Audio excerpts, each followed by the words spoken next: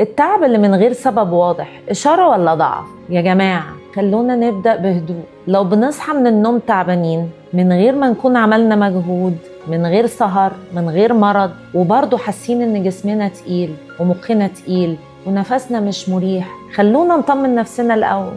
إحنا مش بنتكلم عن ضعف، ومش بنتكلم عن كسل، ومش بنتكلم عن إن فينا حاجة غلط. إحنا بنتكلم عن إشارة.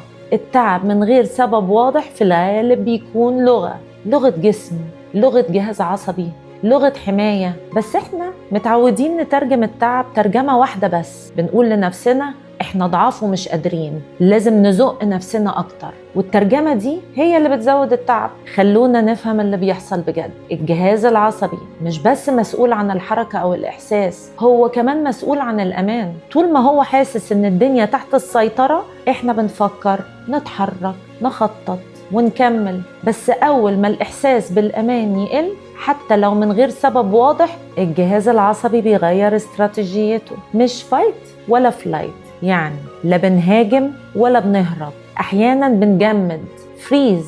والفريز ده مش شلل ومش توقف كامل، ده شكل هادي من الحماية، طاقة قليلة، تفكير تقيل، تعب مش مفهوم. يعني الجسم بيقول خلونا نهدى، خلونا نقلل، خلونا نستنى. وده مش ضعف، ده ذكاء بقاء.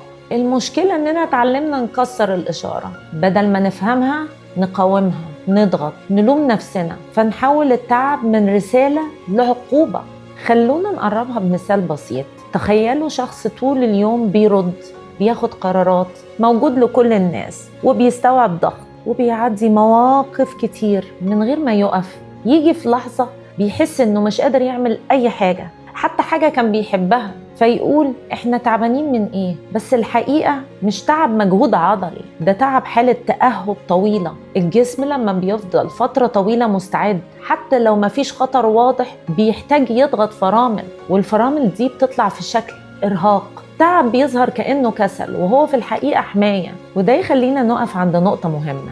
التأجيل مش دايما كسل، احنا ساعات نفضل نأجل مش علشان مش عايزين، لكن عشان الجهاز العصبي شايف ان الحمل زيادة فيقول مش دلوقتي. يعني التأجيل احيانا استجابة حماية مش ضعف إرادة. وده في حد ذاته pattern break، كسر للفكرة القديمة اللي بتقول اننا محتاجين ضغط اكتر. مش كل حاجة محتاجة تحفيز، ساعات محتاجين تهدية. التعب ده مش محتاج نزعق لنفسنا، مش محتاج نجلدها، مش محتاج شدوا حيلكم، محتاج نفهم ان الجسم مش ضدنا، الجسم معانا. مش دايما معناها نضغط اكتر، ساعات معناها نغير الإشارة. وهنا بيجي مفهوم بسيط بس مؤثر جدا، تغيير وضعية. تغيير وضعية يعني حركة بسيطة، مش تمرين، مجرد إشارة للجسم إن الوضع آمن. يعني إيه؟ لو إحنا مكورين نفسنا نفرد ظهرنا ونسند، لو ثابتين ومشدودين نمشي دقيقتين في المكان، لو محبوسين قدام شاشة نلف نظرنا في الأوضة، لو نفسنا قصير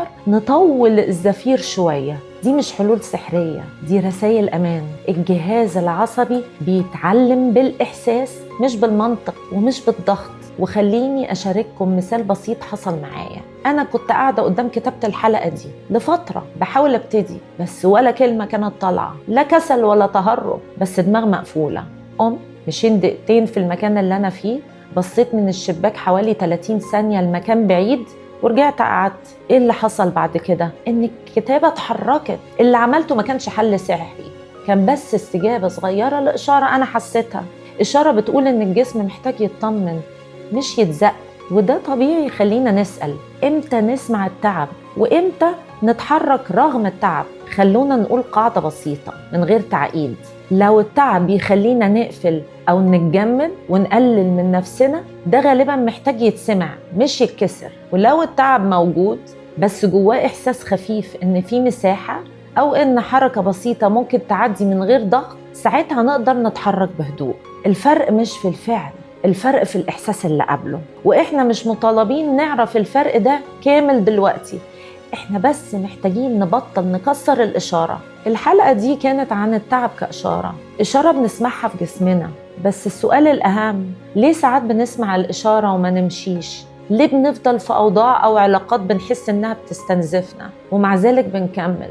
ده اللي هنحكي عنه الحلقة اللي جاية. وقبل ما نختم خلونا نسيبكم مع سؤال: إمتى آخر مرة حسينا بتعب من غير سبب واضح وتعاملنا معاه كإشارة مش كضعف؟ وخدوا القاعدة دي معاكم: لو الإحساس بيقفلنا ويجمدنا نهدأ، ولو الإحساس فيه مساحة بسيطة للحركة نتحرك بهدوء. مش كل تعب محتاج ضغط، ساعات محتاج لأمان. اكتبوا لنا، احنا بنقرأ وبنكمل بعض. قوتنا في خطوتنا.